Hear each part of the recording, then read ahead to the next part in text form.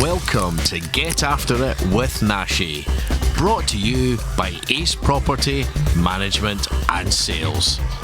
I know it's early and I know, but you've probably been up for hours with Atlas and dairy daycare and duties and things like that. I know. Yeah, I was up in Leeds yesterday doing a thing, and then got back down sort of late last night, and then all normal. I mean, it's. I've only got one kid, so I don't have any excuse.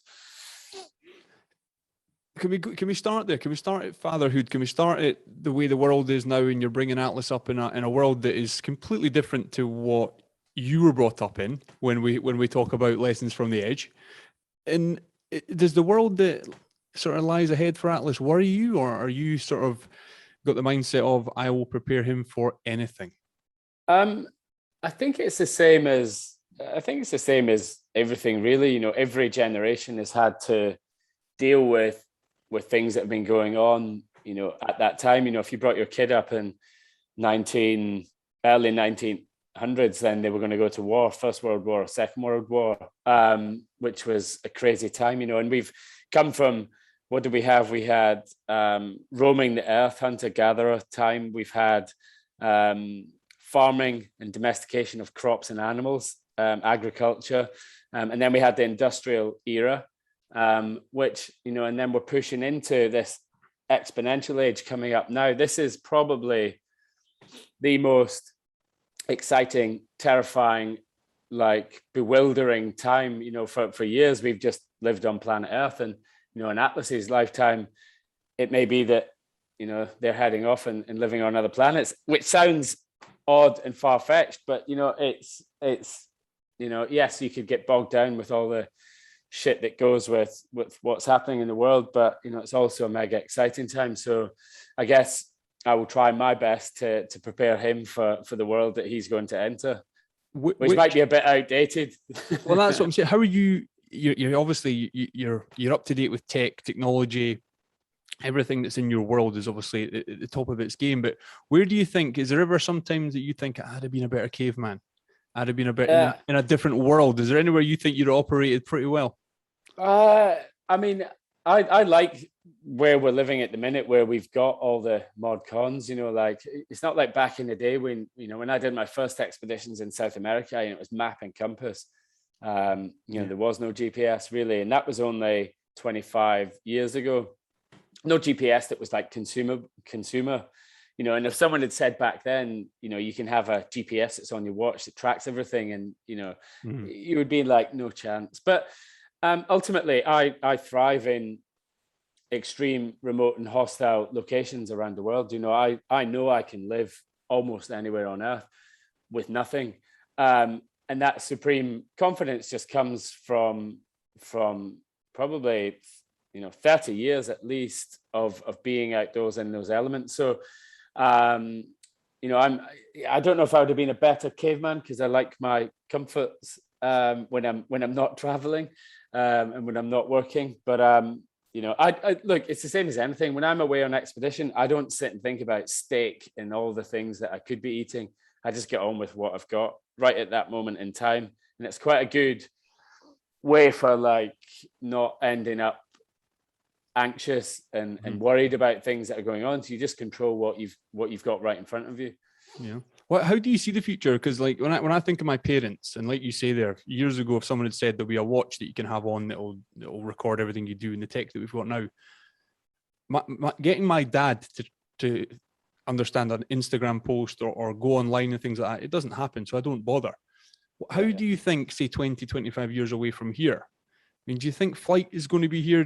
What technology? Because you're around some pretty impressive scientists, James Camerons of these worlds and things like that now. And have you heard anything? We know what Elon Musk's working on and all these sorts of things, but what do you think is possible? And how different do you think it will be? Or will it be such a leap from our parents' day and age of the bare essentials I think our parents are probably the last generation of people on Earth that were kind of oblivious to what was happening with the planet and what was going on. Sort of, I'm talking environmentally at the minute. Yeah. You know, we are very aware of what we're doing, and we have the ability to either stop that or continue what we're doing. And the way that I am as an adventurous person is really the way the human race is. Bear in mind, I'm not an anthropologist or scientist or anything like that. This is just my view. But humans are almost hardwired to, one, reproduce, and two, to be adventurous. I think when I read that Sapiens book, it said it took like 1,000 years only to get from humans from the, across in Alaska down to the bottom of Tierra del Fuego. And if we can do that in a relatively short space of time, we live in this exponential age now, and who knows, the period that we're living in now things have never been progressing faster. Yeah. So if you look at, like, I don't know, is it Moore's law that basically says that, memory on computers and phones will double every year, like that, that's exponential growth.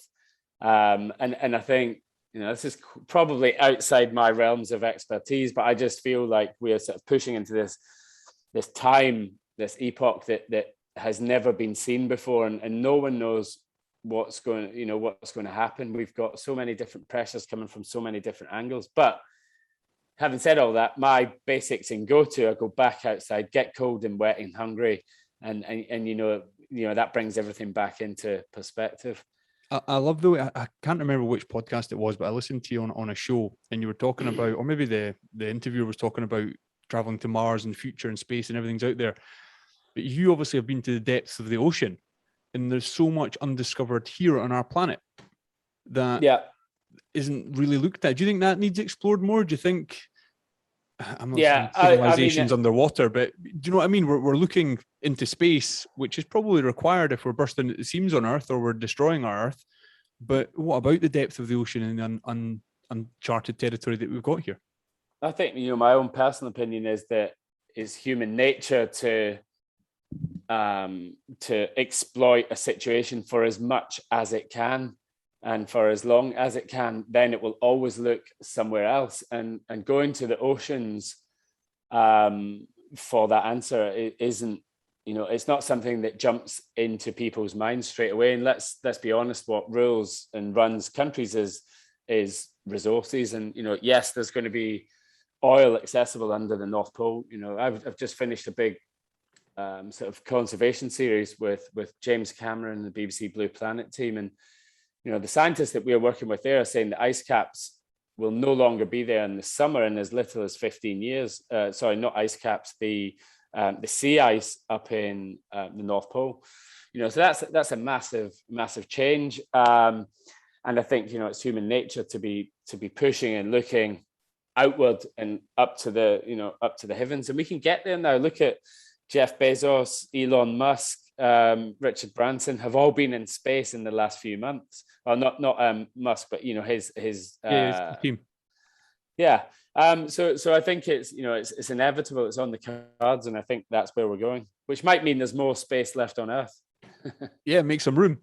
Have you not had a call yet from any of these space teams to get on board, just in case the shit hits the fan while they're up there? Or I'm not sure I'd like to go on a one-way ticket to Mars. For me, there's so much more to be seen here. Like you said, I've just come back from working on a series called Ocean Explorers, and that is James Cameron of Avatar and Titanic, etc. And Terminator.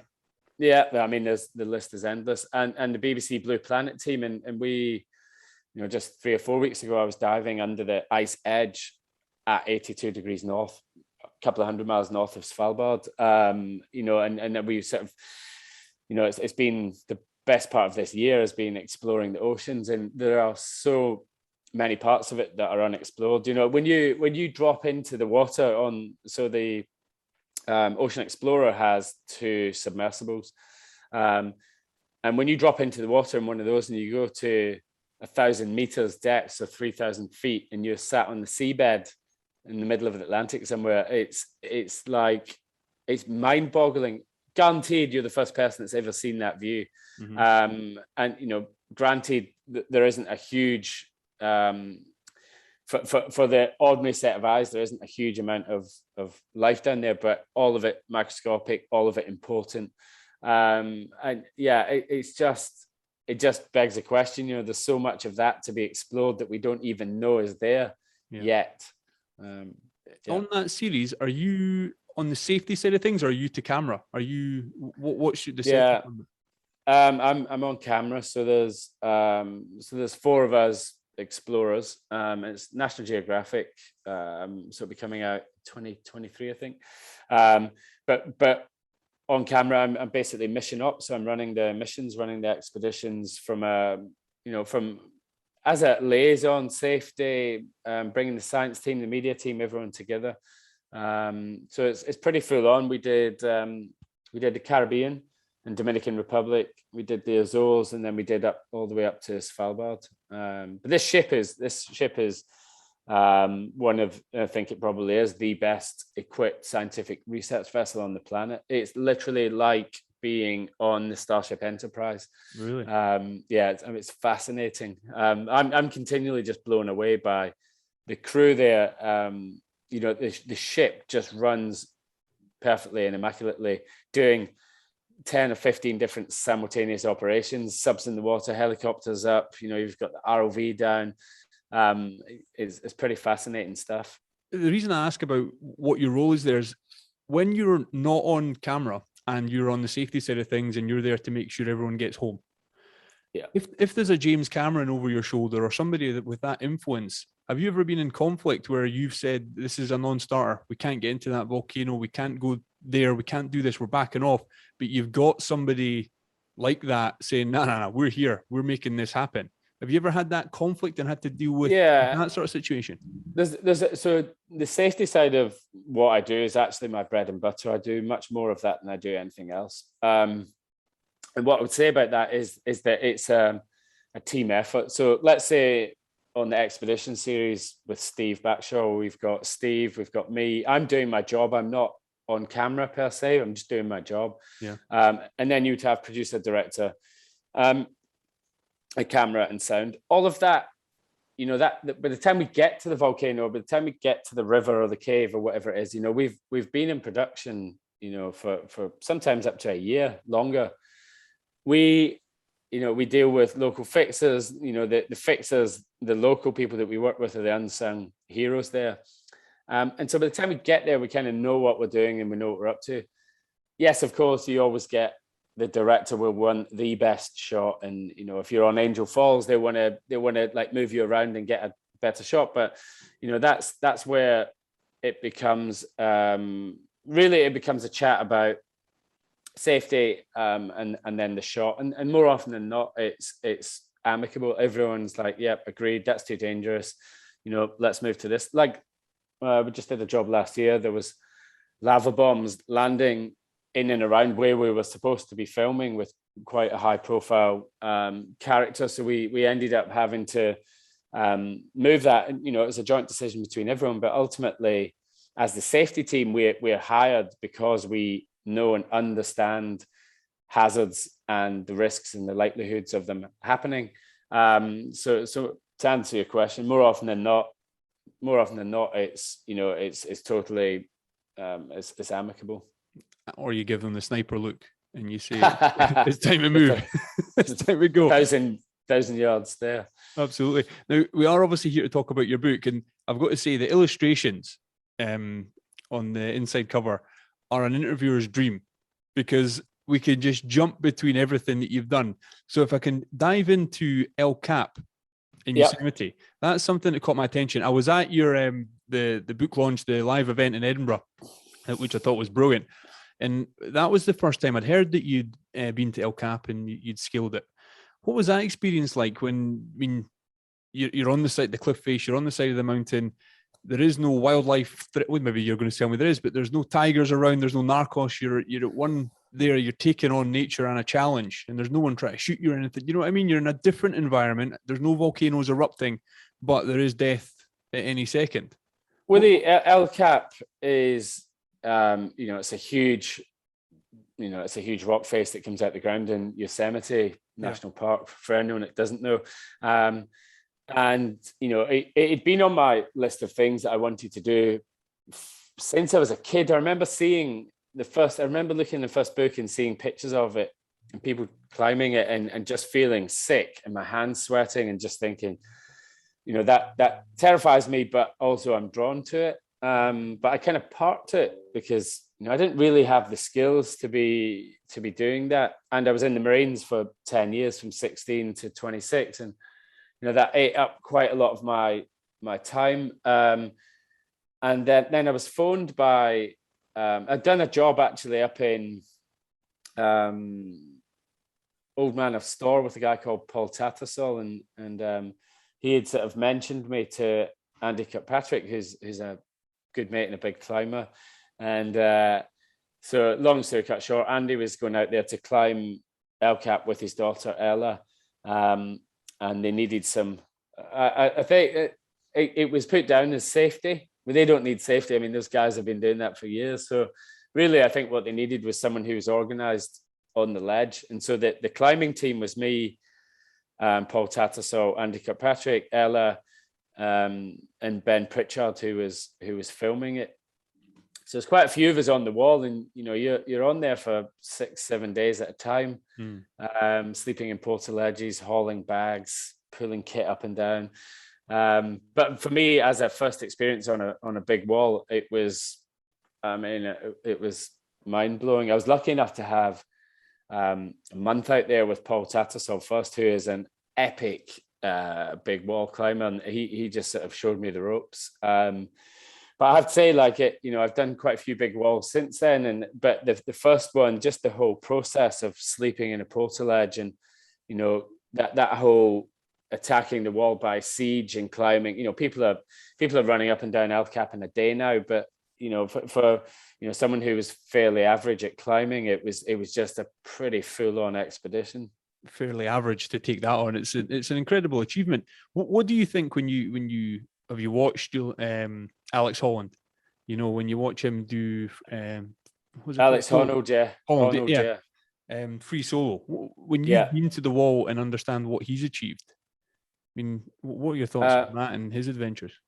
I mean, me personally, it makes me feel sick watching it. But, I come from a very different background. I come from a sort of risk and hazard mitigation background. I work in uber safe. I try and make these places very, very safe for TV and film crews. And when I work with any of these guys, like work with Leo Holding and Waldo and the guys, they're just like, mate, you need to chill out. This is fine. This is the way we do it. But I just come at it from a different angle, and usually I've got camera people and other people that I need to look after. So I'm much more cautious. But actually, it's he explains it in the film. When you look at someone who is very, very exceptionally good at something and they've practiced a lot at that thing, they're actually well within their comfort zone. Yes, what was I going to say? That if the consequences are death, but they're maybe climbing well within their range there. So it's it's beautiful to watch someone who is that good and that confident at what they're doing. Not for me though, I have to say. Keep the ropes on, keep the harnesses on. You mentioned you looked at El Cap since childhood, but from the book, obviously, childhood, the scouts came into your world pretty early and sort of set up the landscape potentially for where you are now, and gave you the outdoors, gave you some skills. What do you see? I think, is it still Bear Grylls as head scout and things like that? How is the scout world? Are you around it very much these days? I mean, I've got almost everything to owe to the scouts and the scouting movement, because I was in them from. My dad was a scout leader, so I was in them from before I was old enough to be in the Beavers. So like 3, 4, 5, I was away with dad on these sort of like mini scout hikes and trips.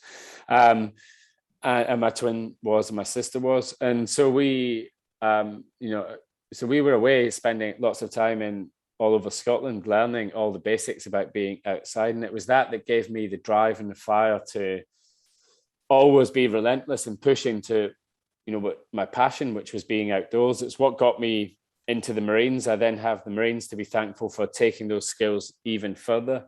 It was interesting actually, because my old scout leaders came to the talk that you were at in Edinburgh. And it was kind of like full circle. Those were the guys that were teaching me like how to tie my hiking boots and, how to waterproof my rucksack when I was 11, 12. And there I was doing this talk, telling about all the places I've been around the world, and they're sat watching it. So it's cool. But Bear's Bear, Steve Backshaw, Ed Stafford, Dwayne Fields, Meg Hine. There's a absolute ton of super positive scout role models that are out there, ambassadors.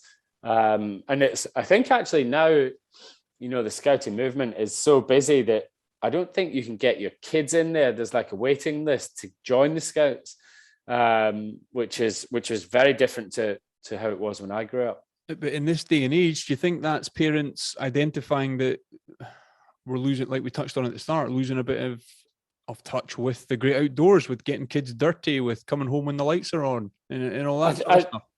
I think so. And I think also, give Bear and those guys credit. I mean, they are doing some awesome, cool stuff around the world, and being exemplary role models for young kids. They're sparking that sense of adventure and that sense of wonder. And I think, we've got a lot to be thankful for those guys, and if your chief scout is Bear Grylls and he's jumping out of planes and, going, he's doing all these sort of survival stuff. And I think it's just like a really good place to be. And it's done wonders, I think, for the scouting movement. I ask this because I've got two boys myself who are 6 and 4, so a little bit young at the moment. But reading the first sort of couple of chapters of your book made me call, because I know across the road from me and locally who's the scout leader for our village. So it's amazing. already getting the wheels in motion there. But reading the first couple of chapters, you're quite open about your relationship with Ross and how tight you were with your brother. But at school, because you weren't into football and what the other kids were doing, you had a bit of a hard time for the so-called hard kids. If they could see you now. The not an outcast or this, that, but you knew what you liked. And you and Ross would disappear into the hills for a whole weekend. Orienteering was what you loved. And it's getting the message out to all kids that that's all right. You don't have to conform. I mean, that's a big thing, right? I grew up in Kilwinning, down in the west coast of Scotland. So, like Rangers, Celtic, that's almost all that matters down there.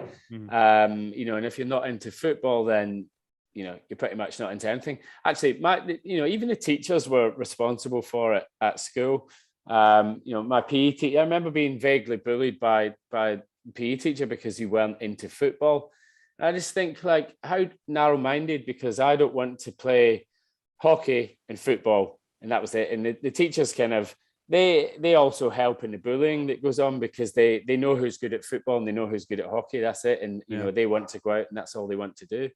From my point of view, I was into climbing and mountaineering and being up in the mountains, kayaking, paddling, doing all these things that the scouts offered me. School to me was just something that I was biding my time. I knew exactly what I wanted to do. I knew that the scouts and the air cadets and the Brosnan were giving me the skills that I needed to be able to join the Marines, because the Marines was where I wanted to go. Yeah, and you talk about that the day that you set off for the Marines, and Ross had a change of heart. He did. He sort of actually what happened was, about the week before we was supposed to be heading down to Lympstone, he bailed out, and he actually stayed on at school for another year and a half, finished his GCSEs, finished his hires or his A levels, and then went to France to and he picked up a language there, and he was there for, I think it was 19 by the time he joined up. So we had a good 3 years apart, which was, it was new for me. It was novel, because Ross and I had grown up in the same room. We shared bunk beds, and then latterly like two single beds in a single room. And so we kind of, it was new to me to be apart from him. And I found it quite tough, and then I found it liberating, because I'd always lived in his shadow. He was very good at everything he did, and fitter, stronger, faster, harder. And so it was quite scary and liberating as well. Yeah, and in that journey through the Marines, obviously the skill set you developed, but how did you find your way into sniper school and getting to that high level and then into Iraq? So I kind of, you join the Marines, it's what was the advert? 99.9% need not apply. Need not apply. Yeah. I think that kind of backfired on them after a while, because people were like, well, that's, I can't do that. But I basically, I knew what I wanted to do. I wanted to be in the Marines, and I wanted to become a sniper. I knew the process. So I joined the Marines, longest infantry training in the world, I believe. Don't know if that's still the case now, but you then pass out and you then start to learn soldiering. So you then spend the next few years going around the world, learning jungle training, Arctic training, mountain training, maritime operations, and effectively you become an expert, not just that surviving, but thriving and operating. We go to the jungle and we need to be able to look after ourselves, look after our section, our patrol, our buddies, and then get a job done operationally. So you end up becoming, very good at operating in these environments. And the next stage up for that for me was recce troop and being a sniper. It was very much about, about using your own skills and, being able to cross any environment without being seen just really appealed to me. And it all harked back to my scouting days and bird watching days, where I was sat in a hide watching wildlife, or not in the modern sense of stalking where it means you're an oddball. But yeah, so I mean the process was joined the Marines, went to 40 Commando, then joined recce troop. Was in Alpha Company there, then joined recce troop latterly. And then when you're in recce troop, you get to do all these other courses, and sniper course is what I did after that. And then it was a few years later, ended up in Iraq. So I only served in Iraq in 2003. Operation Telic was there for 7 months, 6 months, and then got out of there and out of the Marines shortly after that. And what your level of fitness, obviously, through the Marines is carried on to today, and you do a lot of expedition fit, adventure fit. I like your. I follow some of your stuff and your bits and pieces. A lot of body weight. And what are you like on the bad days, or have you still got that Marine mentality where you can't have bad days and you've got to get into it, whatever the weather? I'm injured at the minute. I've got. So I'm 43 now, and I would say up until I got this injury, I was probably fitter than I have been when I joined the Marines. And I think a lot of that's to do with your mindset and the way that you train. Is much more efficient. The way we train now is much more efficient than it used to be 25 years ago, when I joined the Marines. Much more efficient and much more targeted and specific. But anyway, I'm injured now. I've got a shoulder injury in the front and back. I have no idea how I did it, where it came from, but I'm kind of out on upper body stuff. So I've been on ship for the best part of a year, so I've turned into a bit of a fat knacker now. So I'm getting back now that I'm home for. You're getting on a bit. You're getting on. It's happening to us all. It's crazy how things start to ache. I'm 37. Things start to ache. Things start. Oh God, I used to be able to go a bit faster than this. My training is all around my kids. I'm slightly different. I'm not on adventures and things like to the extremes that you are, but it's. For me, it's the dad life. It's the not getting to the age of, I don't know, my 50s, into that age when my kids are late teens, early 20s. I want to be able to keep up with them. I want to be able to keep active.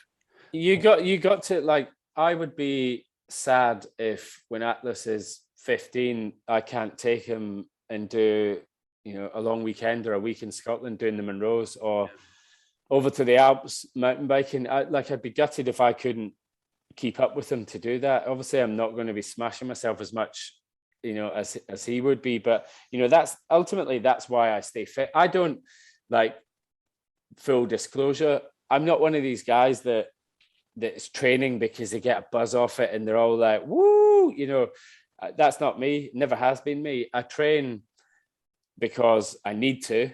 One, I need to train because my job requires me to be in a very good physical condition, but I don't need to be peaking at anything, because as soon as I peak in any area of fitness, then I'm very prone to injury. I need to be robust. I need to be able to do 10 or 15 Jumars a day up into the high canopy of the jungle, or carry 15 pelly cases down inside a cave, like lifting, shifting, moving. Like, you know, I could guarantee you that you could take most gym bunnies out into that environment and they would break fairly quickly, because they're just not used to the graft. You know, yes, you may look pretty, but it's not that functional.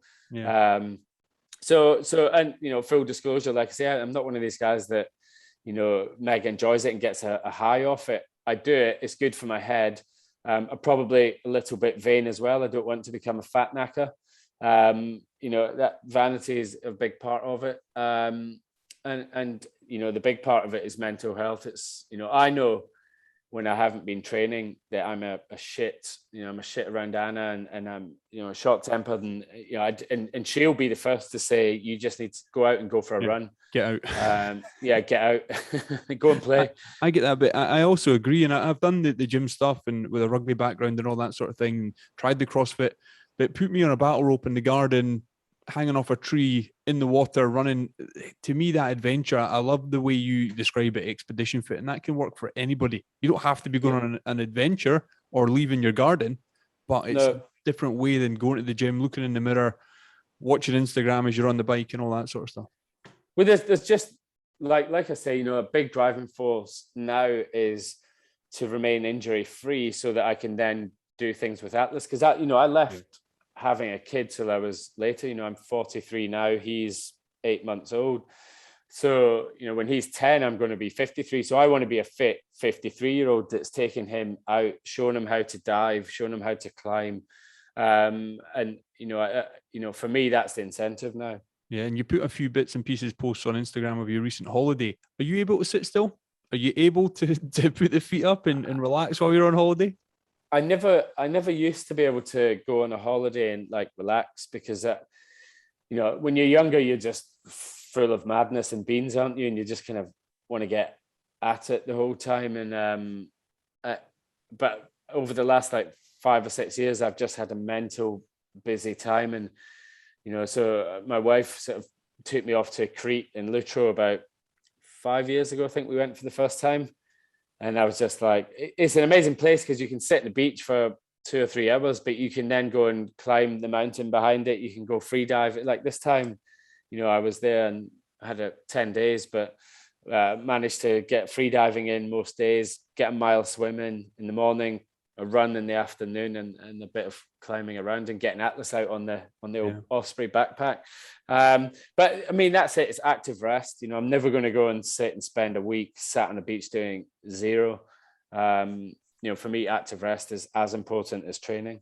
You see, we talk about how busy we all are, and you've had a busy 5 years, but the world shut down when COVID hit.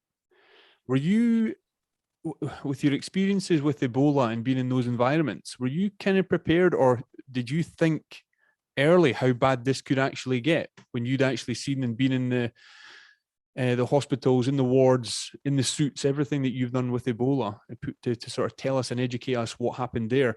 Did you see how bad COVID could get? Yeah, I was in South Sudan filming for the BBC when Anna phoned on the sat phone, and she said, you know, the whole world is shutting down, but you guys are going to have to get back. And it was only like 2 days later we ended up having to fully extract out of South Sudan and leave the bush camp that we're in and come home into lockdown. And at that point, it was good for me personally, because I was already at the end of the year. I already had all the jobs planned out, and I was already, you know, like, you know, I need that kit for this job, that kit for that job. But, you know, I was living 3 months in the future. So it was really good, you know, from a personal point of view, to just stop, slow down and reassess, because television's really hectic. Like, you go into a project and it's all consuming for 1 month, 2 months, 3 months, and then it just stops dead.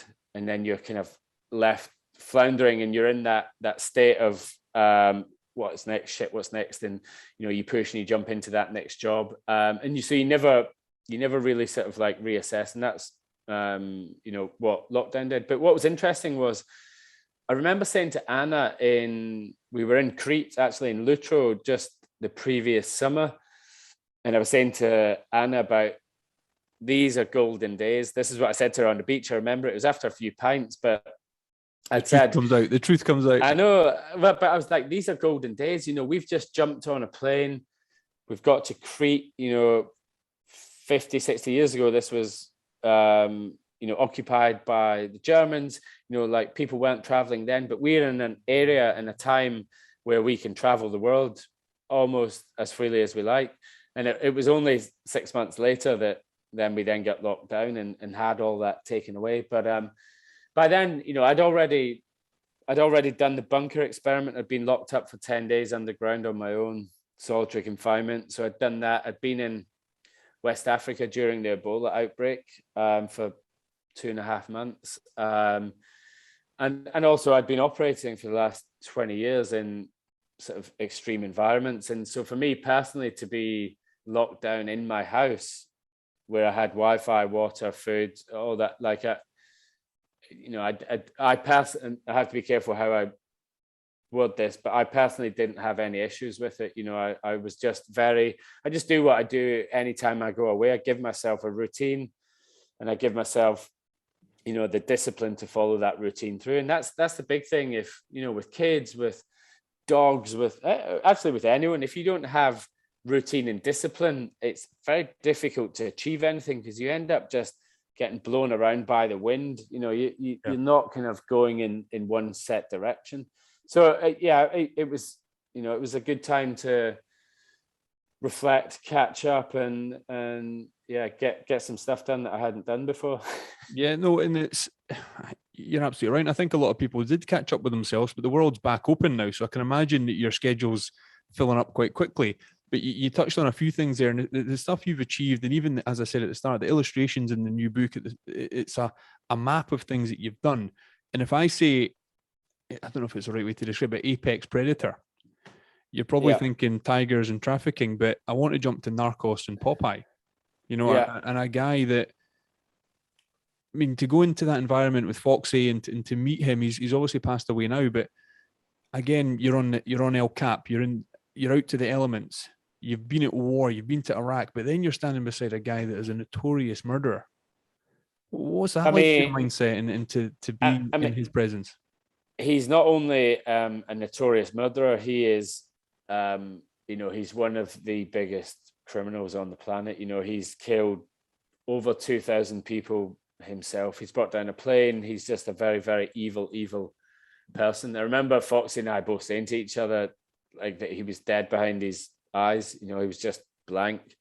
And it was a very odd, that was Foxy's show, Narcos, Inside the Real Drug Lords, which is on Netflix. And it was, it was just a very strange 3 months of filming, and it was, Peru, Colombia, and Mexico. And I have to say, through all of the things that I've done dealing with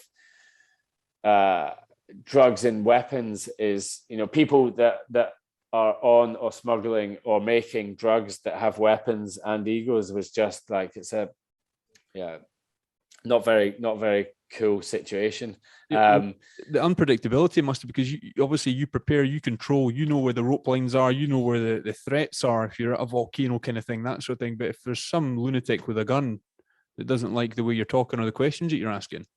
Yeah, and there was a few times where, well, exactly that. There's a few times where, Foxy's doing an interview and asking questions, and, we've already been told not to deviate from the questions that they had written down, or the producer had written down and given to them, or they'd kill us, or they'd kill the interpreter, so it was just very, very full on. And, both Foxy and I, looking back, were like, that was, it was cool, but it was of all the stuff I've done, it was probably the most sort of tense. In fact, it was that tense, I came back and did a cooking course for 10 days just to get my, just to like decompress, get the old penny on. What's a catch up with like you and Foxy like? Is it just constant adventures? What's next? Crazy stories? Or is it very just sort of, what's happening? How's the family? Because you imagine looking in, it's wild. A conversation, to be a fly in the wall, would be a really interesting watch with the pair of you. the conversation matter is probably wild, because he'll have just come back from doing something, or I will have, but essentially we'd have a few pints and just have a catch up. That's actually like the biggest thing that Foxy and I were saying is, from a mental health point of view, is that people need to do more of, is just, and that's why people suffered in lockdown, because they didn't have that physical interaction, but is to catch up with a mate and just shoot the shit about things, stuff, what's on your mind, what's pissing you off. And often, the old adage, a problem shared and all that, it actually works. I came back from Iraq, and I personally went and sought out, speaking to a therapist just to like get my head straight. And that wasn't because I was having massive issues. It was just more because I thought talking helps, and just to like process stuff with someone who is completely not linked to you.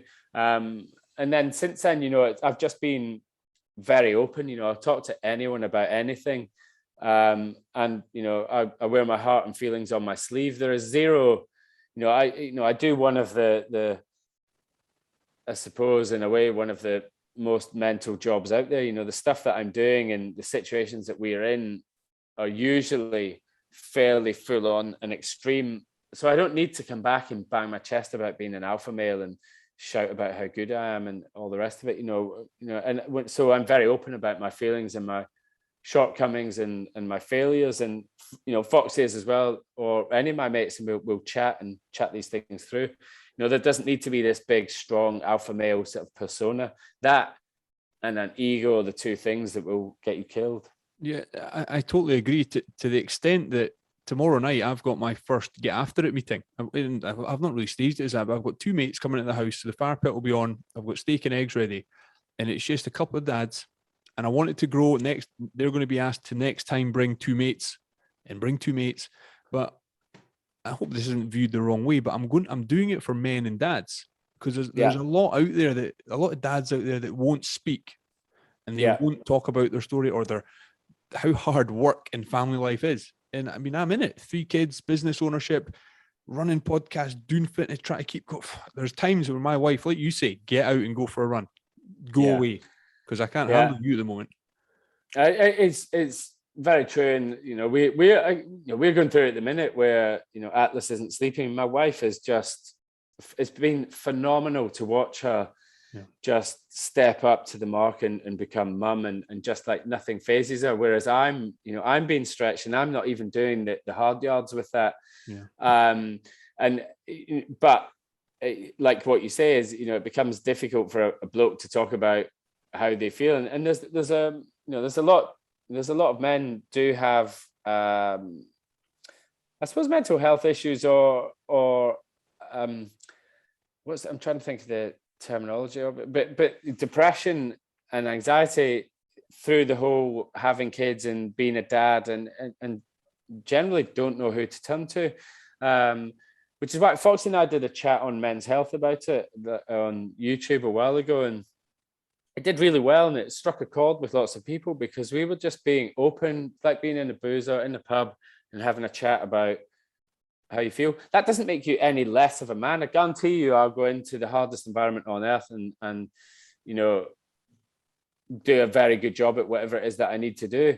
Yeah. But that doesn't mean I need to come back and gob off about how mega I am at stuff, and that I'm not fazed by depression or anxiety or fear or whatever these things are. Well, I've dealt with anxiety for quite a many years, and you won't see at the moment, but I'm getting work done on my teeth at the moment. I've always had gaps in my teeth, never smiled. It's been a real drain on my life, but I've pushed through it. I've recently spoken about it. I'm getting the work done. I'm getting it fixed. I'm in a much better place. It was the wives and girlfriends that got in touch behind the scenes to say thank you for talking, because they would name, my husband has got this issue. He will not talk to anybody. And there was a bit of that. And I thought, well, I've got a small platform here with the podcast and everything that we do and the people that I can get on. It just needs talked about more. There are so many guys out there that have problems, and we don't go to the doctor. We don't get checked. You may be getting physio on your shoulder, but there's there's aches and pains that you've never even bothered about I'm not getting anything done on that. You just see it out. You'll just wait. It feels all right. Let's go. That's what we're like. And with mental health, that's what we're like. I'll just bash on. I'll keep going. There's nobody to speak to. They don't want to hear my shit. So yeah, I totally agree. Shooting the shit, getting around the fire pit, jumping in the cold water, having a steak. We've got more guys. All of these things are really useful to do, and also, another useful tool that I use is that, it comes from the ancient Stoics, I guess, but is that whatever's happening to you isn't the first time this has ever happened to someone, no matter how dire that is in your life at the minute. And also time usually gives you perspective. The thing you think of, all the things that enraged you over the years, made you do something stupid, or when you look back over time, it's like, why did I even get upset about that? So another useful tool is exactly that, is to give yourself time and perspective, and like you say, talk. Yeah, absolutely. Now, I know I'm conscious of time, and you'll have Atlas and all the dad duties to get back to.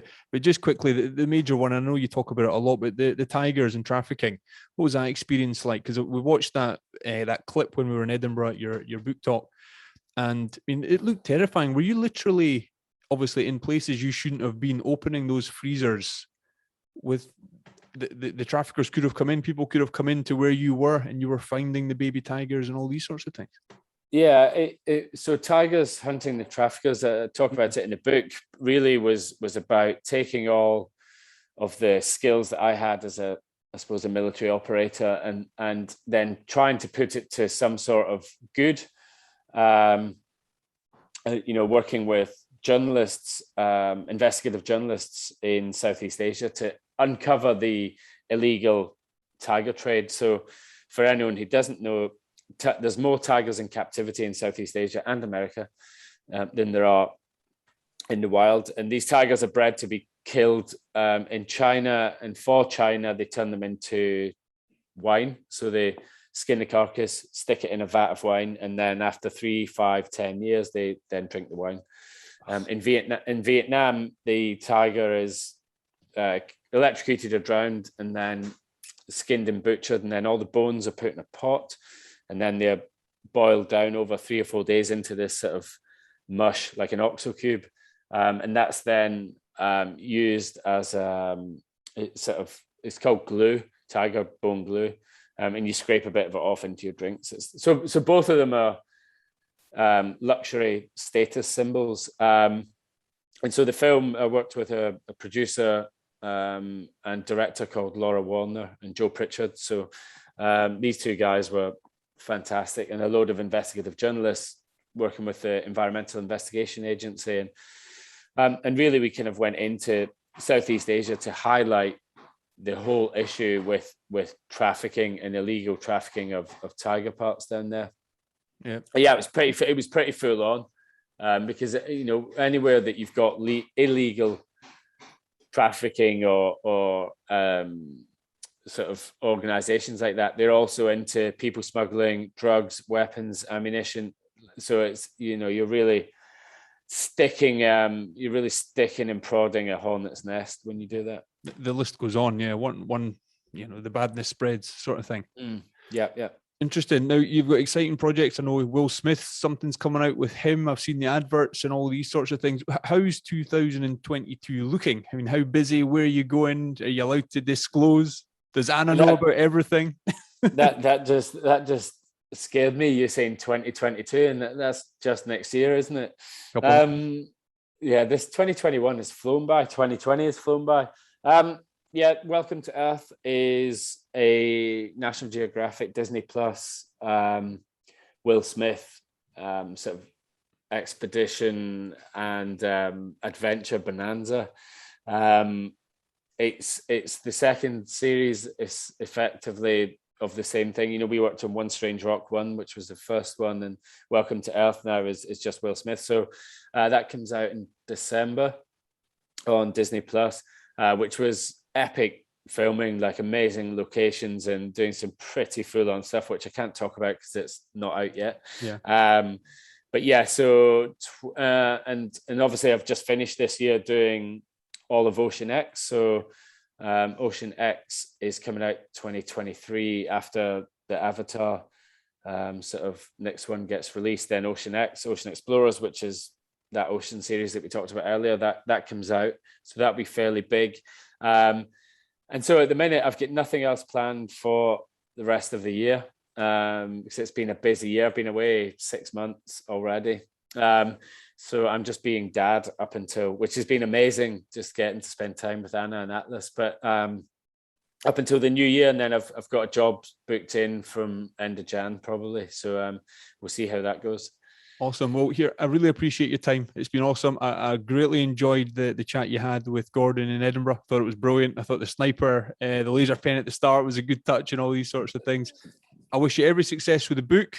Thank you very much. It's a great read, and Mark Beaumont sends his best. Tell Mark I said hi. And with the book, like if speak to anyone that's reading it, and if it's helped them, then get them to pass it on. And the reviews that I'm having have been that it's just been amazing to help people out and with their sort of philosophy on life and that sort of thing. So if it's been helpful, then get it passed on. That's what I do, and I will pass it on. But I also do that myself. Once I finish the book, I put a note in it and I pass it to a mate and ask them to keep it going. I like to do that.